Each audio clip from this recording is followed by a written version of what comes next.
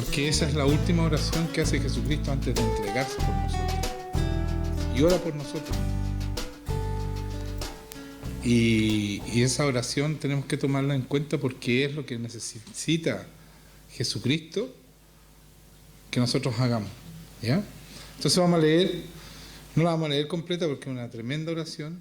Eso se los dejo para la casa, léanla por favor, porque es impresionante. Hay que entender que en esa oración Jesucristo habla como Dios y como Jesucristo a la vez. Entonces de repente habla como que está en el cielo y después habla como que está en la tierra, ¿ya? Entonces hay que entender que Jesucristo ya en ese momento está siendo, ¿no es cierto?, volviendo a ser el que fue antes de la fundación del tiempo, como dice acá, Dios. Va a ser glorificado como Dios. Y está a punto de terminar su obra. Él la da por terminada en esta oración incluso, por eso no es fácil entender esta oración, pero sí es muy profunda y es bueno que la lean, porque son los deseos y son las peticiones que Dios hace, Jesucristo hace para nosotros, ¿ya? Y todo lo que pide Jesucristo se cumple. Se cumplió y se va a cumplir, ¿ya? Entonces tenemos que entender eso y creerlo, porque es verdad, ¿ya? Entonces vamos a leer en el 13, vamos a comenzar. No, el 12, perdón, 17, 12, ¿ya? Capítulo 17, Juan 17 es donde está la oración, ¿ya? Y vamos a empezar en el versículo 12.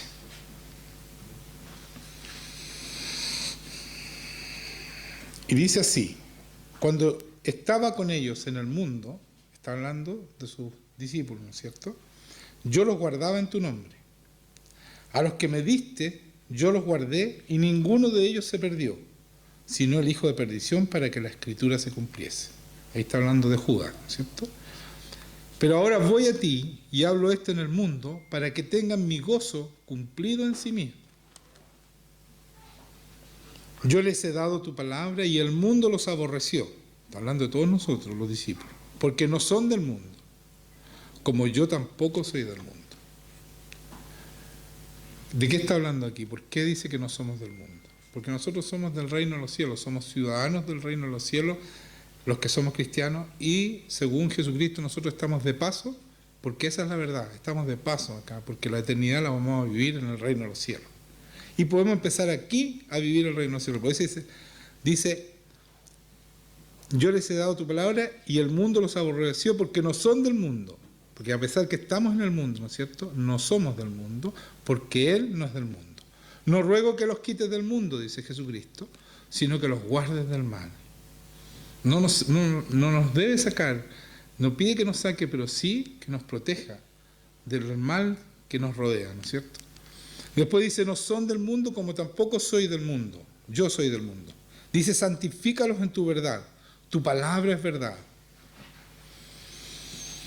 Como tú me enviaste al mundo, así los he enviado al mundo. Cuando dice santifícalos en tu verdad, es que nosotros podamos hacer la palabra, ¿no es cierto?, vivir la palabra, y ahí vamos a ser santificados, ¿ya? Por eso dice santifícalo en tu verdad, tu palabra es verdad. O sea, somos llamados a vivir en esta palabra. Como tú me enviaste al mundo, así yo los he enviado al mundo. Y aquí hay que detenerse, porque esa es la fe. Nosotros debemos creer esta petición que hace Jesucristo para nosotros. Dice, como yo fui enviado, así los envío a ustedes, a nosotros. Nosotros nos venimos a este mundo a dar pena.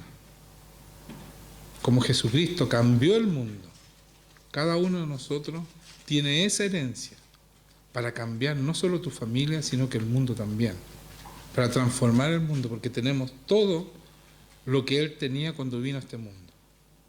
Todo, absolutamente todo, porque Jesucristo no miente, ¿ya? Él pagó por nosotros para que nosotros seamos como Él fue. Él se entregó para perdonar nuestros pecados. No solo murió en la cruz, sino que fue al infierno, estuvo 3 días y resucitó.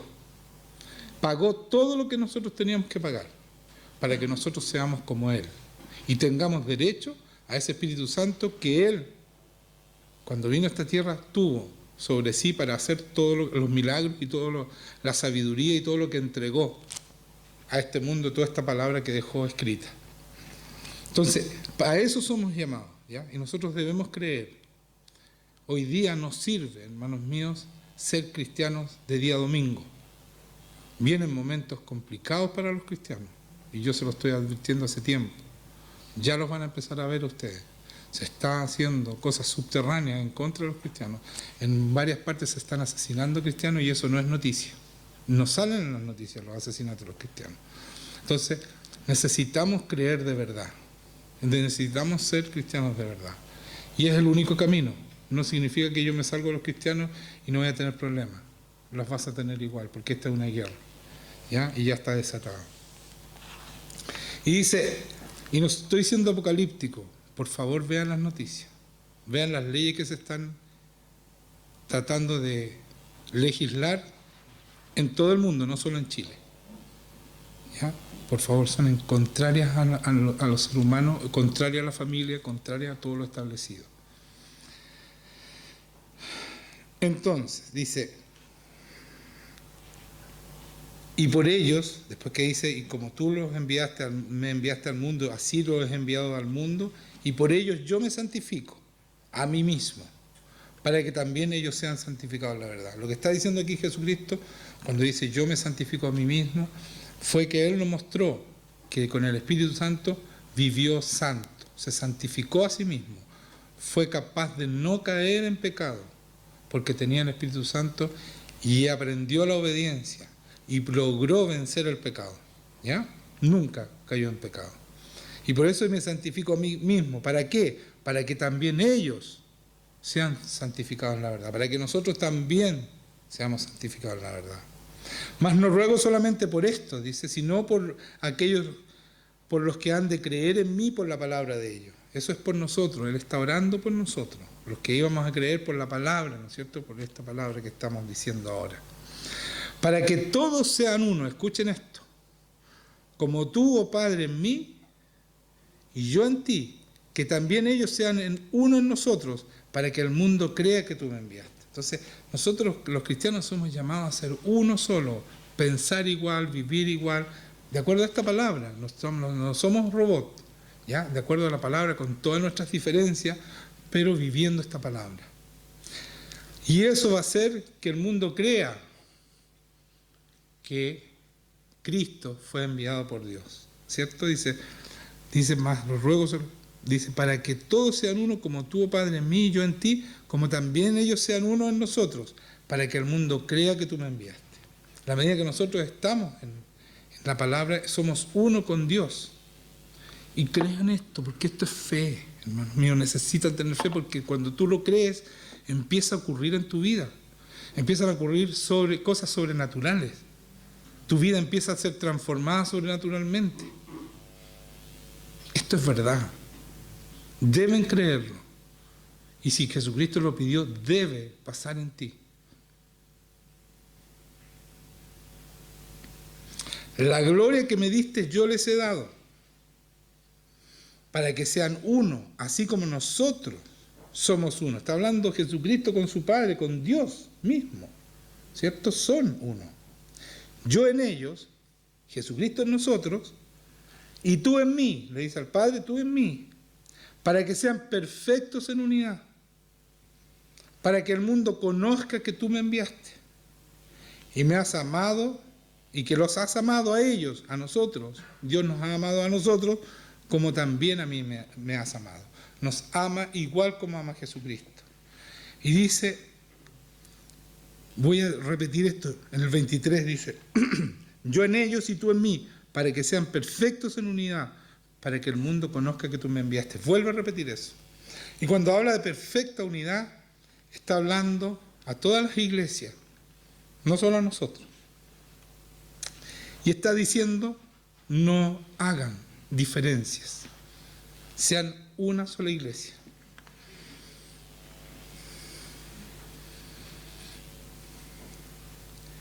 Entonces debemos, todos los pastores que pertenecen a diferentes denominaciones deben renunciar a sus denominaciones. Porque eso trae diferencia y trae división en la iglesia. Si queremos ser una iglesia fuerte que pueda impactar la sociedad, como Jesucristo pretende con nosotros, después se lo voy a leer más adelante, debemos ser una sola iglesia, sin denominaciones, sin apellidos. Debemos hacer eso. Y eso estoy absolutamente seguro, no es algo que yo crea, eso es lo que quiere decir Jesucristo aquí. No quiere divisiones, quiere una sola iglesia, pero una iglesia de verdad, que viva esta palabra, que viva la vida de Jesucristo. Padre, dice, aquellos que me has dado, quiero que donde yo estoy también ellos estén conmigo. Esto es la vida eterna, porque él se va, ¿no es cierto?, a estar con el Padre, pero habla como que ya está, ¿ya? Ahí está hablando como Dios. Para que vean mi gloria que me has dado, dice, porque me has amado desde antes de la fundación del mundo. Él está diciendo, yo soy Dios y vine a esta tierra como Jesucristo para mostrarle un camino que se puede caminar en santidad. Pero yo estaba con Dios desde antes, dice, la fundación del mundo. Padre justo, el mundo no te ha conocido, pero yo te he conocido. Y estos han conocido que tú me enviaste. Y le he dado a conocer tu nombre, y le daré a conocer aún, para que el amor con que me has amado esté en ellos y yo en ellos. Aquí es un poco enredado la palabra, pero yo se las voy a descifrar, ¿ya?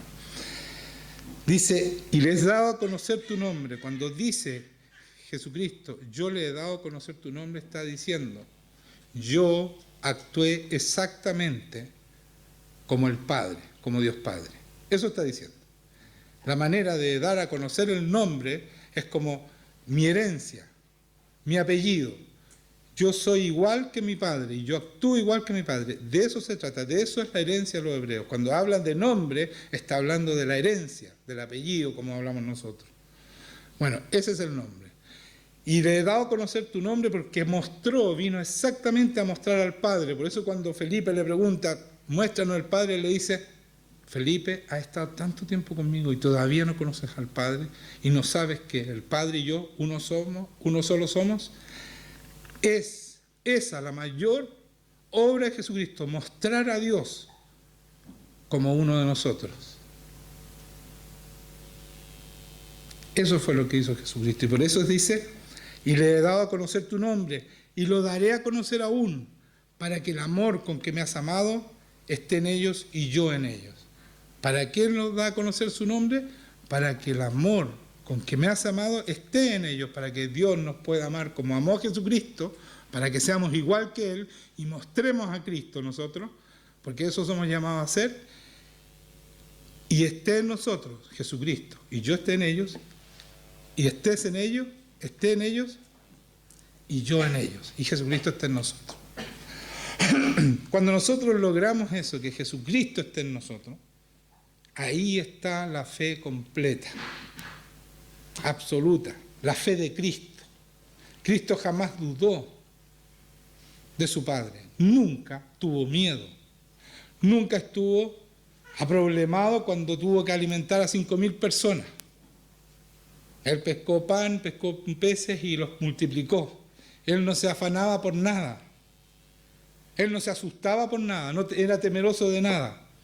Y créanme, le cuesta mucho entender, porque vino a esta tierra y vivió como nosotros, les cuesta mucho entender nuestras dudas, nuestros miedos y nuestra poca fe. Le cuesta mucho entender porque Él vino y jamás dudó como nosotros dudamos a cada rato. Y esa es la fe que necesita el Señor. Que podamos decir, ¿no es cierto?, que el amor con que me has amado está en ellos y yo en ellos, que Él está en nosotros. Y por eso quiero que leamos Marcos, quiero ponerles ejemplos para que entiendan la fe que debemos tener. Marcos 4, voy a leer del 35, versículo 35. Esta es una que lo he usado muchas veces, ¿ya? Es cuando Jesús y sus apóstoles entran en una barca y viene una tempestad terrible, ¿ya? Y que es verdad que hay en ese lugar donde ellos estaban navegando, hay esa tempestad que de un momento a otro se disparan, ¿ya? Aquel día, dice, cuando llegó la noche, les dijo, pasemos al otro lado. Jesucristo, escuchen lo que les dice. Vamos a pasar al otro lado, y se suben en la barca, ¿no es cierto? Y despidiendo a la multitud, le tomaron como estaba en la barca, él estaba predicando desde la barca, y había también con él otras barcas. Pero se levantó una gran tempestad de viento. Cuando iban navegando, una gran tempestad de viento, y echaba las olas en la barca, de tal manera que ya se anegaba, se estaba hundiendo la barca de Jesucristo. Y él estaba en la popa, en la parte de atrás del barco, ¿no es cierto?, durmiendo sobre un cabezal. Este es Jesucristo, esta es la fe de Jesucristo. Él dormía en una tempestad que el barco se estaba hundiendo. Y le despertaron y le dijeron, Maestro, ¿no tienes cuidado que perecemos? Y esta frase, para mí la encuentro súper injusta y bueno, era por el susto que tenían, ¿no es cierto? Le dice, no te preocupes que perecemos. El dador de la vida, el que venía a morir para salvarlos a ellos, le preguntan si no se preocupa que estamos muriendo. ¿No es cierto? Una pregunta un poco mal pensada. No la pensaron, ¿ya? Pero se dan cuenta cómo uno puede decir cosas injustas a Dios sin darse cuenta en los momentos de temor, en los momentos de duda. Dice cosas que no corresponden. Cómo Jesucristo, que venía a dar la vida para salvarlos a ellos, no iba a estar preocupado que perecían. Es que ellos no estaban pereciendo porque iban con Jesucristo. Y yo les dije, anoten eso. Dice Jesucristo, pasemos al otro lado. Cuando Jesucristo dice algo, se va a cumplir. No iban a hundirse en el medio de ese lago, porque es un lago donde van. Y él estaba en la popa durmiendo sobre el cabezal y le dice, Maestro, ¿no tienes cuidado que perecemos? Y levantándose, Jesucristo, después que le dicen esto, esta barbaridad, reprendió el viento. Él no les contestó lo que le dijeron, ¿ya? Reprendió el viento y dijo al mar, calla, enmudece, y cesó el viento y se hizo grande bonanza. Esto que pasó hace más de 2000 años, pasó hace poquito. Hubo unas noticias que iban en un barco, unos, no sé si eran musulmanes, no sé qué es lo que eran, pero estaban en una tormenta que se hundía y ellos clamaron a Jesucristo. Pero creo que eran musulmanes y clamaron a Jesucristo. Eso es lo extraño. Y vieron una luz que vino, se calmó el mar, se calmó todo y todos tienen claro que fue Jesucristo. Esto es una verdad porque está escrita. Todo lo que está en la palabra está escrita. No son fábulas, no son inventos. Y por eso mucha gente no tiene fe, porque creen que esto lo escribieron los hombres y son fábulas. Esto es palabra de Dios, hermanos míos, y es comprobable. Todo lo que dice aquí. Y cuando nosotros aprendemos eso, empieza a crecer nuestra fe, cuando leemos esta palabra. Porque mire lo que hace. Levantándose, reprendió el viento y dijo al mar, calla, enmudece, y cesó el viento y se hizo grande bonanza, se acabó la tormenta. Y les dijo, ¿por qué estáis así amedrentados? ¿Por qué están asustados? Le dice. ¿Cómo no tenéis fe? ¿Se dan cuenta que Jesucristo no entiende lo que está pasando con ellos? Nosotros lo encontramos súper lógico que estuvieran asustados. Pero Jesucristo dice, no puede ser. Si estaban conmigo. ¿Cómo no tienen fe? ¿Cómo no confían? Que tenemos todo el poder porque nosotros somos hijos de Dios.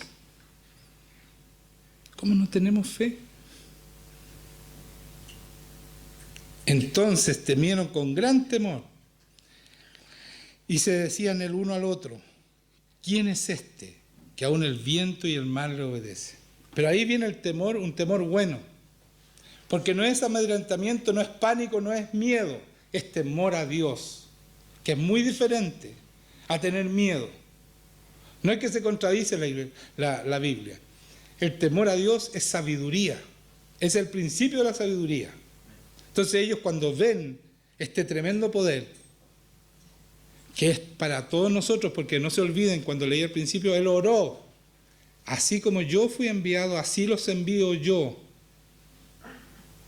Con ese mismo poder, que podemos parar tormentas, si la verdad creemos.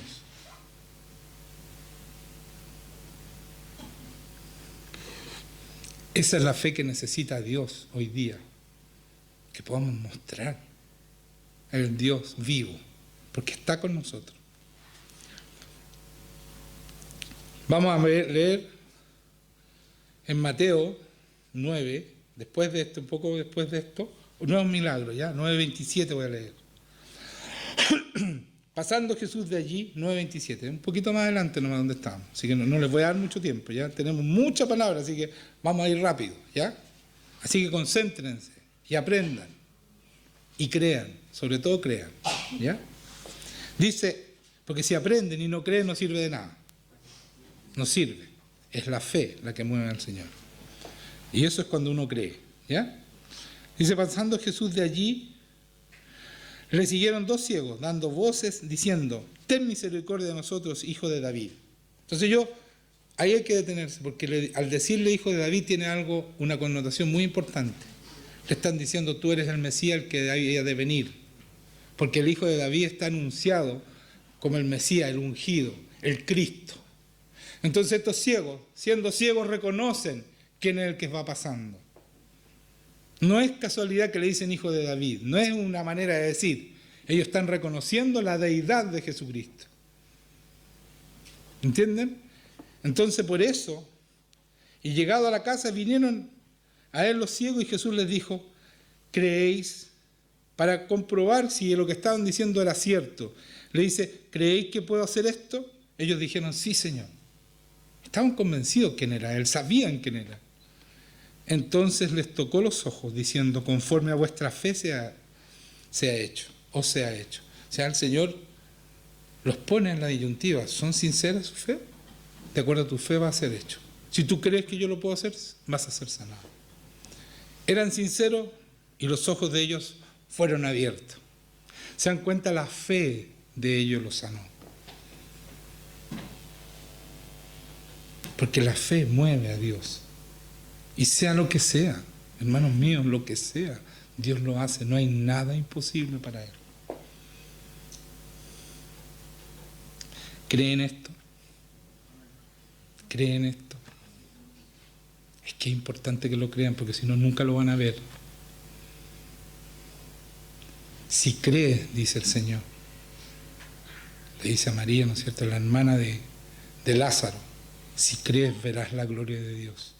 Esto es para todos nosotros. Si creemos, vamos a ver la gloria de Dios. Vamos a vivir en esa gloria. Y los ojos de ellos fueron abiertos y Jesús les encargó rigurosamente diciendo, mira que nadie lo sepa. Era para que no se supiera todavía que Él estaba, para que no lo mataran, para que se cumpliera el tiempo y para pudiera hacer lo que todo. Por eso Él trataba de que estuviera en secreto. Pero los ciegos no lo escucharon y divulgaron la fama de Él por toda aquella tierra. ¿Ya? Esa es una anécdota nomás. Después dice, sigue como en el 32, dice, mientras salían ellos, y aquí le trajeron un mudo endemoniado. O sea, un mudo endemoniado no cacha nada, no sabe quién es Dios. ¿Ya? Y echando fuera el demonio, el mudo habló, y la gente se maravillaba y decía, nunca se ha visto cosa semejante en Israel. Pero los fariseos decían, los fariseos eran los contrarios a Jesucristo, que sabían la palabra, que llevaban la palabra, eran los sacerdotes de hoy día. ¿Ya? Los sacerdotes, ya no voy a decir religión, no los católicos, esos son fariseos hoy día. ¿Ya? Porque ellos son intermediarios, no es verdad eso. ¿Ya? Ellos decían, por el príncipe de los demonios echa fuera a los demonios. Lo cual era una falacia, algo muy, estaban ofendiendo. El peor pecado, ofender al Espíritu Santo, porque era el Espíritu Santo el que hacía los milagros. ¿Ya? Entonces, después en el 35 dice, recorría Jesús todas las ciudades y aldeas enseñando, escuchen esto, en las sinagogas de ellos. Primero, recorría, ¿qué es lo que hacía? Enseñaba. Y predicando el Evangelio. Predicaba el Evangelio del reino. ¿Qué significa el Evangelio del reino? Él predicaba vivir en el reino de Dios, no en el mundo. Vivir como se vive en el reino de Dios, ¿de acuerdo? ¿Cómo se vive en el reino de Dios? De acuerdo a esta palabra. ¿Ya? Porque somos ciudadanos del reino y tenemos que aprender a vivir en ese reino acá, no después. Ya lo he dicho muchas veces, no nos van a hacer un curso intensivo para que aprendamos a vivir en el cielo. Lo tenemos que aprender aquí. El curso está aquí. ¿Ya? Y decía, y predicando el evangelio del reino, y, escuchen, enseñando, predicando el evangelio del reino, y sanando toda enfermedad y toda dolencia en el pueblo. Eso es lo que debe hacer un cristiano de verdad. Enseñar, predicar el evangelio del reino y sanar toda enfermedad y toda dolencia que haya en el pueblo o en la iglesia. Al ver las multitudes, tuvo compasión de ellas, porque estaban desamparadas y dispersas, como ovejas que no tienen pastor. Entonces dijo a sus discípulos: a la verdad, la mies es mucha, mas los obreros pocos. Rogad, pues, al Señor de la mies que envíe obreros a su mies. Leí esto porque Él pide que roguemos al obrero de la mies. ¿Se dan cuenta?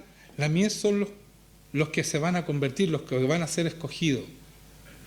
El Señor ya sabe quiénes son. Por eso dice, rogad al Señor de ellos, para que mande obreros, para que les puedan enseñar, porque ellos están dispuestos. Esa es la mies. Entonces, está diciendo que el Señor ya sabe quiénes son. Pero tiene que haber gente que les predique para que sean lo que Dios planeó que fueran. ¿Me explico? Ya. Entonces quedó claro. Vamos a Mateo 14. Después de esto, ¿no es cierto? Escuchen bien. Él enseñaba, no se olviden, predicaba el evangelio del reino y sanaba a todos. No a algunos, a todos. ¿Ya? Ese es el poder de Dios. Y hay mucha gente que necesita escuchar de la palabra de Dios, que está dispuesta. Debemos buscar a esa gente, porque está lista, la mies está lista. No tenemos que andar tironeando a la gente. La que quiere escuchar va a venir sola a escuchar. Ya tú le vas a hablar y va a estar deseosa de escuchar. Esa es la mies que necesita que personas le hablen, ¿ya? Porque es la mies del Señor. Ya están elegidos por el Señor. Por eso leí esa parte, ¿ya? Entonces, pero sanaba a todos, o sea, había milagro tras milagro alrededor de Jesucristo. Entonces Mateo 14, 26 dice, y los discípulos, viéndole andar sobre el mar, se turbaron diciendo, un fantasma, y dieron voces de miedo. Después de todos estos milagros que les acabo de contar, esto es posterior a eso. Viene Jesucristo caminando por el mar porque los dejó irse en su barca, y Él viene caminando en medio de una tempestad, caminando por el agua. ¿Qué hace? Mi suegra, siempre la misma. Apague esa cuestión. Por eso la reto, porque es mi suegra, te puedo retar. ¿Ya? Apague esa cuestión. Ya. Entonces, dice la palabra. Ahora, para volver al tema. Ya. Entonces, venía caminando por el agua Jesucristo, ¿ya? Un tremendo milagro. En una tempestad. No estaba el mar tranquilo. Ya no era el agua tranquilita, había una tempestad. Y los apóstoles, después de todos estos milagros, creen que un fantasma y se asustaron. Y dieron voces de miedo. Yo creo que nosotros también, si vemos caminar a alguien en el agua en la noche, en la tormenta, también nos asustamos. Pero enseguida Jesús le habló diciendo, tened ánimo, yo soy, no teman, no temáis. O sea, yo soy quiere decir, yo soy Dios. Ese es el nombre de Dios, yo soy. ¿Ya? Ese es el verdadero nombre de Dios. ¿Ya? Entonces cuando dice yo soy, Jesucristo está diciendo, yo soy Dios. Tranquilo, no teman. ¿Ya? Entonces le respondió Pedro que era muy osado, y dijo, Señor, si eres tú, manda que yo vaya y a ti sobre las aguas. Yo también quiero caminar en el agua. Si tú puedes, haz que yo camine. Ven, y él le dijo, Jesucristo le dijo, ven, y desciende, y descendiendo Pedro de la barca, andaba sobre las aguas para ir a Jesús. Y se fue caminando Pedro en medio de la tormenta. Pero al ver el fuerte viento, tuvo miedo. O sea, le duró un rato nomás en la caminada y empezó a ver las olas y el viento y le dio susto. Y comenzando a hundirse, dio voces diciendo, Señor, sálvame. Yo creo que todos nosotros hubiéramos hecho lo mismo, ¿cierto? Hubiéramos tenido miedo al ver las olas y nos hubiéramos hundido y hubiéramos gritado, Señor, sálvanos. Pero mire cómo reacciona Jesucristo a esto. Al momento Jesús inmediatamente, y quiero que anoten esto, extendiendo la mano, asió de él y le dijo, inmediatamente lo salvó. ¿Ya? Porque podría haber dicho, bueno, trata de nadar ahora, pues si te viniste a caminar, trata de nadar ahora. ¿Ah? ¿Entiendes? Pudo haberlo dejado un rato, pero inmediatamente lo salvó. Fíjense bien, cuando nosotros oramos y en nuestra falta de fe, igual Él nos ayuda, pero no significa que nuestra oración está bien. Ese es el detalle que está escondido ahí. Él igual nos ayuda en su misericordia. Pero miren lo que le dice a Pedro. Extendiendo la mano, asió de él y le dijo, hombre de poca fe, ¿por qué dudaste? ¿Se dan cuenta? Él lo salvó igual, pero ¿por qué dudaste? Y cualquiera de nosotros hubiera dudado, pero porque no tenemos fe, po. Si está Cristo ahí, no tenemos que dudar. Cristo está en nosotros, está con nosotros, viene a estar aquí. Salimos de aquí y andamos todos asustados. ¿No les da vergüenza tener susto? A mí me da vergüenza cuando me da miedo y me arrepiento y voy al Señor, Señor, no quiero dudar nunca más de ti. Porque esa es la fe que necesita Jesucristo. Muchos de ustedes se asustan y después ni se arrepienten. Porque el miedo es duda. Y duda es falta de fe. Y Jesucristo dice, ¿pero por qué no tienes fe? ¿No se arrepienten? ¿Se han arrepentido? ¿Ustedes han ido al Señor? Señor, no quiero dudar más. No quiero tener más miedo. Quiero depender de ti y confiar en ti. ¿No lo han dicho? ¿Han ido a arrepentirse? Si no se han arrepentido, nunca van a salir de ese pecado. Porque es un pecado. No tener fe es pecado, hermanos míos. Sin fe es imposible agradar a Dios. ¿Es pecado o no es pecado? El que me ama obedece mi palabra. ¿Qué nos invita el Señor? A tener fe, porque la fe lo mueve a Él. Y por eso no movemos a Jesucristo. No lo movemos porque actuamos sin fe. Y por eso la iglesia hoy día es un chiste, porque es una iglesia sin fe. No como la iglesia de Hechos, que movía el mundo, porque esos hombres no dudaban después que se fue Jesucristo. Y todo lo que pedían, Jesucristo lo hacía. Todo, porque así dice su palabra. Todo lo que pidan en mi nombre yo lo voy a hacer. Y eso no son fábulas, son hechos. Por eso se llama el libro de Hechos, son hechos. Entonces dice, ¿por qué dudaste? No le dice, Pedro, qué valiente, tú fuiste el único que saltó del barco. Los otros todos se quedaron arriba mirando. Tú fuiste el único que se atrevió, qué valiente. Eso hubiéramos hecho los hombres. Él dice, no, ¿por qué dudaste? A mí me encanta este pasaje, ¿sabes por qué? Porque nos invita a tener fe de verdad y a no justificarnos nuestros miedos.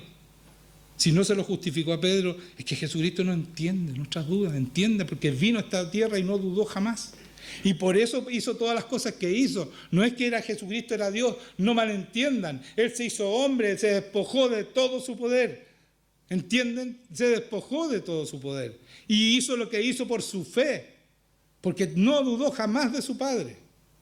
Y por eso no entiende nuestras dudas, y por eso no entiende la de Pablo, la de Pedro. No entiende, perdón, de Pedro, y no entiende cuando se estaban hundiendo sus apóstoles y dice, pero Señor, estamos pereciendo, no te das cuenta, no tienes cuidado.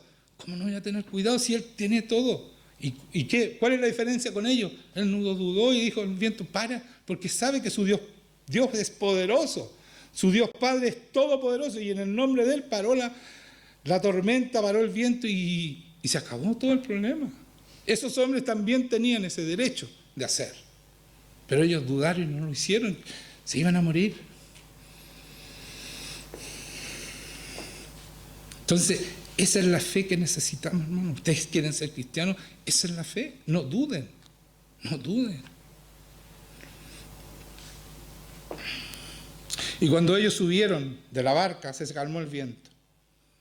Pero le dijo, ¿por qué dudaste? Y se calmó el viento. Entonces los que estaban en la barca vinieron y le adoraron. Dijeron, este es Dios. ¿Cierto? Porque los hebreos no adoran a alguien que no sea Dios. Diciendo, verdaderamente eres el Hijo de Dios. Después de todos los milagros que había hecho, le leí unos pocos nomás, usted sanaba a todos, hacía.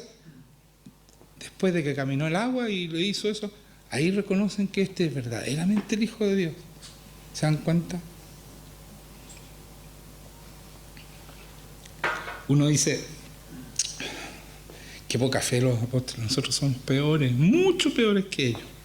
Ojalá fuéramos como los apóstoles.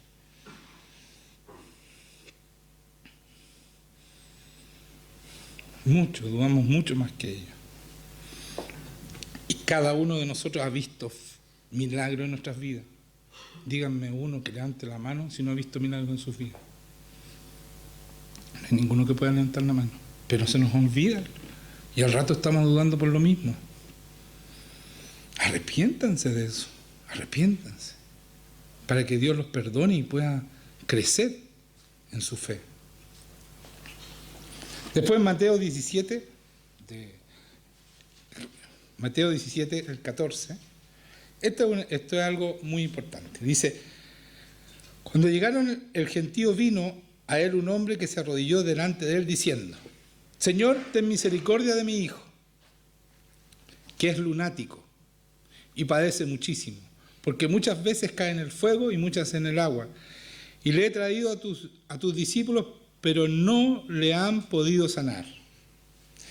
Respondió Jesús y les dijo, bueno, pero es que ellos están aprendiendo, bueno, no, pero son recién cristianos nomás, pero no dijo eso.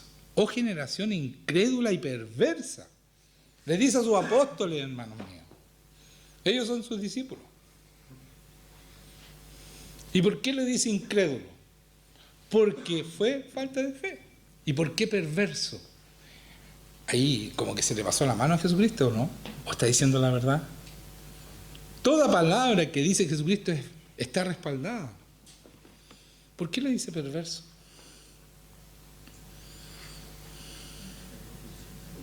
Porque uno sin fe sigue siendo perverso.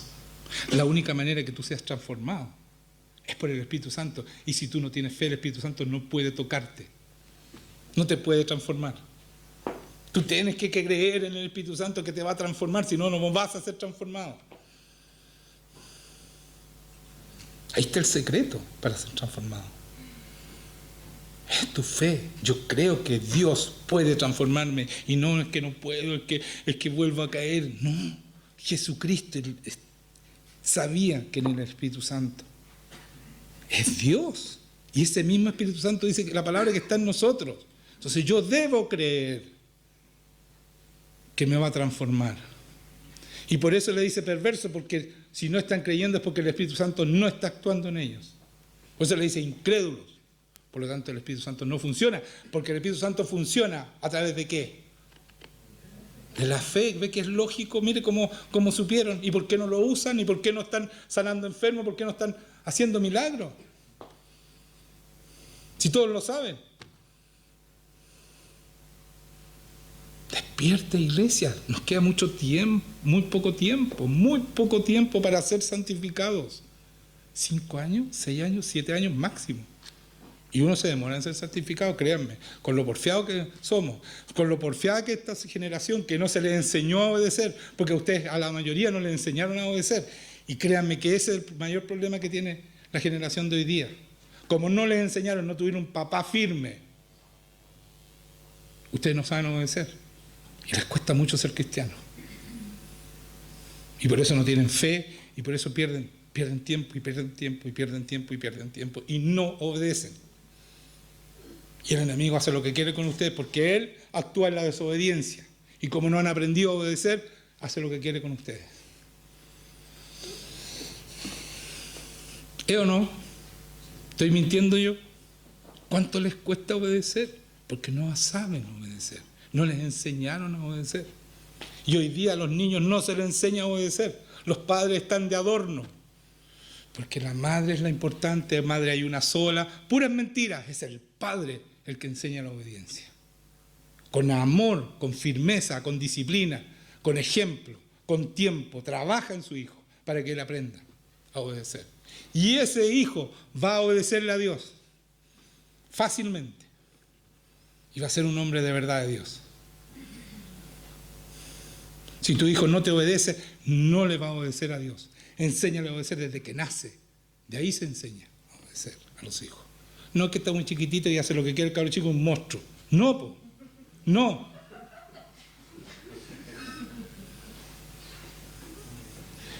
Ustedes se ríen, pero es verdad. Los padres hoy día no quieren tener hijos porque son puros monstruos. No ven hijos bien enseñados. Los doctores, libre demanda. El cabro chico manda cuando come. Tiene a la mamá toda la noche ahí dándole pecho. Toda la noche. No duermen. Después las mamás las golpean a los niños porque ya no da más. Esa mamá está estresada. O sea, hay hoy día puras mentiras para estresar a los padres. No hay que corregir a sus hijos. El hijo aprende a dominarte desde que nace. Desde que nace, desde antes, desde la guata, ya aprendió ya cómo manejarte. El niño capta todo desde el vientre, por eso que los abortos no deben ser, porque capta desde que fue fecundado, capta todo. Capta el rechazo, capta todo. Créanme que sí es, porque yo lo he visto a través del poder de Dios, que Dios muestra que esa guagua fue rechazada y ese niño siente el rechazo hasta grande, hasta que no sea sanado por Dios. Entonces, créanme, hay que enseñar a obedecer a los hijos. Yo voy a gloriarme aquí.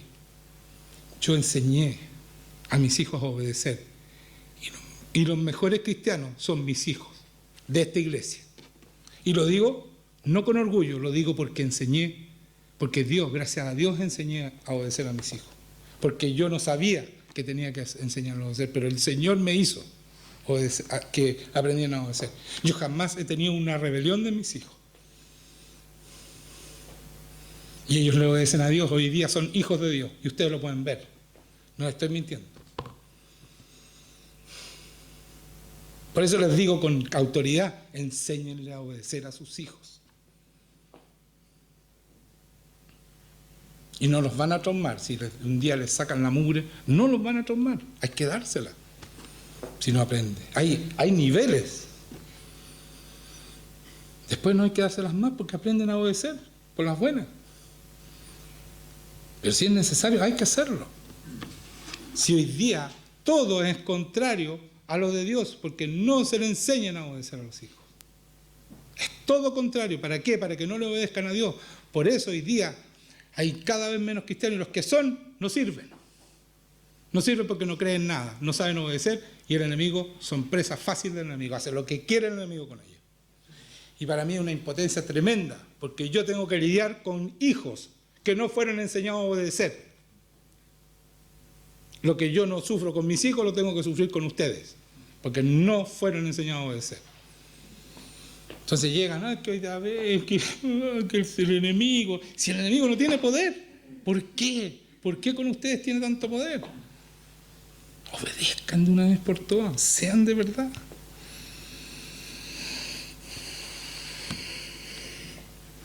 Si Jesucristo tuvo que aprender la obediencia, ¿cuánto más ustedes? Tienen que aprender a obedecer. Dejen que el Espíritu haga y les enseñe.